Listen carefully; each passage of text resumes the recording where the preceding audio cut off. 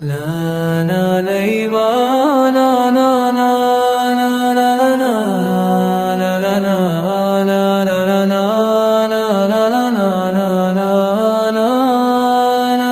அலைக்கும் வரஹ்மத்துல்லாஹி வரகாத்துஹு.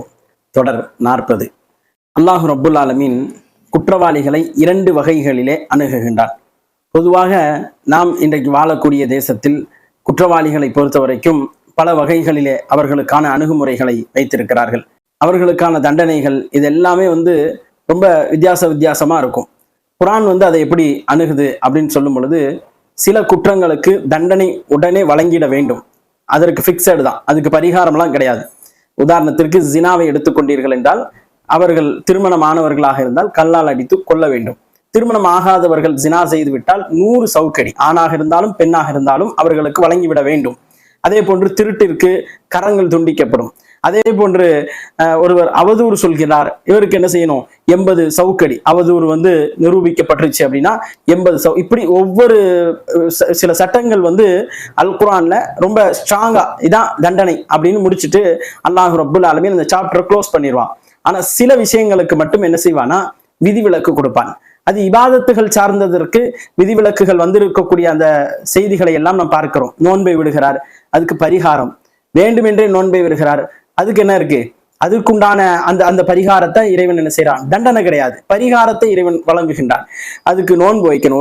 ஒரு நோன்பை வேண்டுமென்றே விட்டால் அதுக்குண்டான அந்த பரிகாரத்தை அல்லாஹ் சொல்கின்றான்.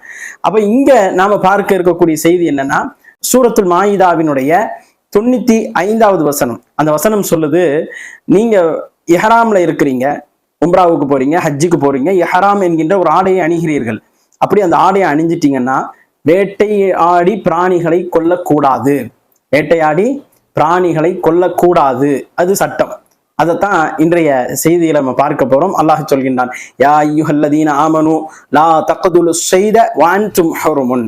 இஹ்ராமிலே நீங்கள் இருக்கும் பொழுது வேட்டை பிராணிகளை கொலை செய்யாதீர்கள், நம்பிக்கை கொண்டவர்களே என்று அல்லாஹ் சொல்கின்றான். ஒமன் கத்தலஹு மின்கும் முத்தஅம்மிதன். யாராவது வேணே கொலை செஞ்சிட்டாங்கன்னு சொன்னா ஃபஜஸாஉம் மிஸ்லுமா கத்தல. அவருக்கு பரிகாரம் என்ன தெரியுமா? மினன் நஅமி. கால்நடைகளிலிருந்து அவர் கொலை செஞ்சது போல ஒரு உயிரினத்தை என்ன செய்யணும்?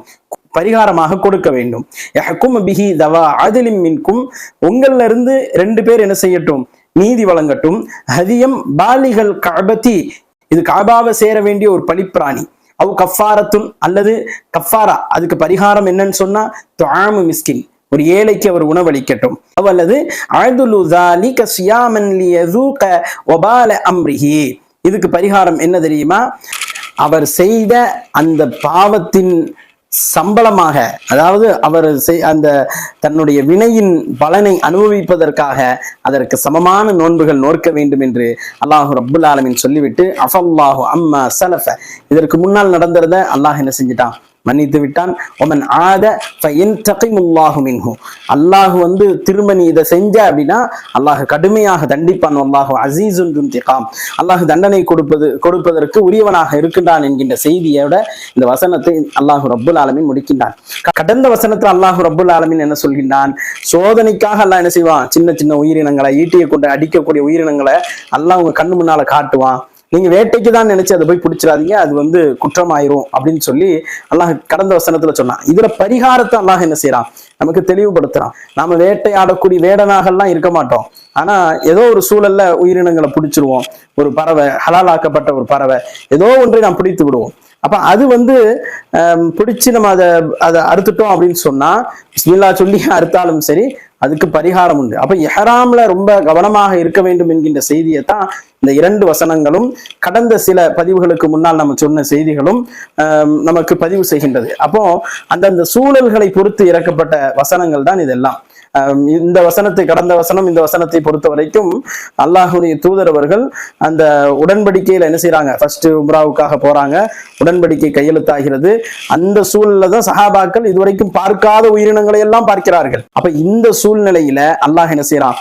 பக்கத்துல வந்துருச்சு, புது புது உயிரினங்களா இருக்குது, பறவைகள் இருக்குது, உயிரினங்கள் இருக்குதுன்னு சொல்லி நீங்க என்ன செஞ்சிடாதீங்க, பிடிச்சு நீங்க வேட்டையாடிடாதீங்க, அது குற்ற செயல் என்பதை அல்லாஹ் ரப்புல் ஆலமீன் பதிவு செய்கின்றான். இதெல்லாம் நம்ம என்ன செய்யணும்? கண்டிப்பாக தெரிந்து வைத்துக் கொள்ள வேண்டும். தொடர்ந்து இணைந்திருங்கள்.